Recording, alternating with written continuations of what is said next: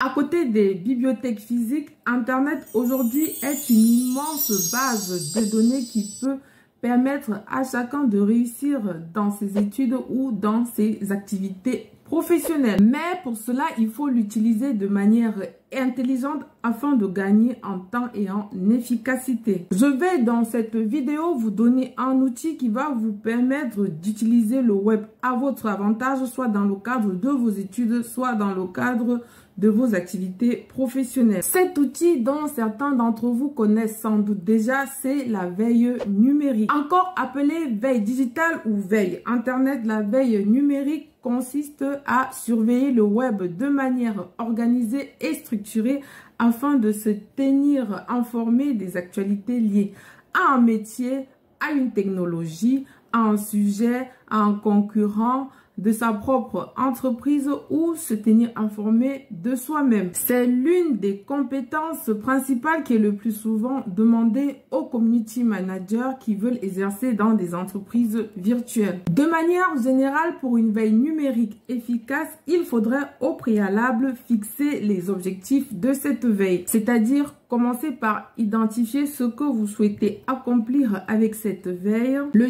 type d'information dont vous avez besoin et la manière dont vous allez l'utiliser. Par exemple, me concernant en tant que conseillère numérique, la veille a pour objectif de mieux préparer mes ateliers numériques et de mieux accompagner les usagers dans le cadre de leur démarche administrative. Et pour cela, j'ai besoin de manière permanente des informations liées à l'actualité législative en France parce que je suis en France, des informations liées à la pédagogie, notamment la pédagogie en matière d'accès aux droits en ligne, des outils d'apprentissage. En deuxième lieu, sélectionner les sources d'informations. Si vous voulez effectuer une veille numérique de qualité, faites une liste de sources fiables et vérifiez régulièrement leur pertinence afin de préserver la qualité de la collecte. Ces sources peuvent être des sites web, des blogs, des réseaux sociaux et même des forums en ligne.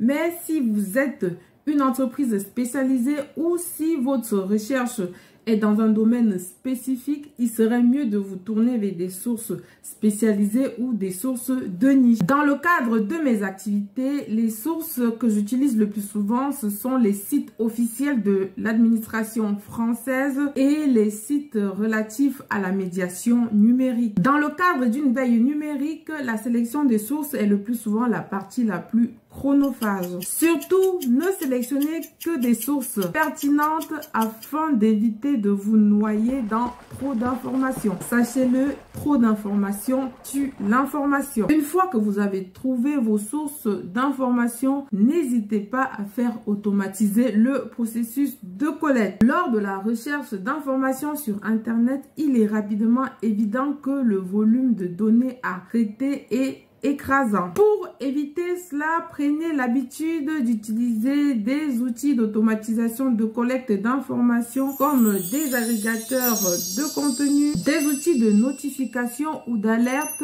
l'abonnement aux newsletters ou des outils de curation de contenu. C'est en suivant ce schéma de veille numérique que vous allez jour après jour avoir des informations pertinentes, utiles soit pour vos études ou pour vos activités professionnelles.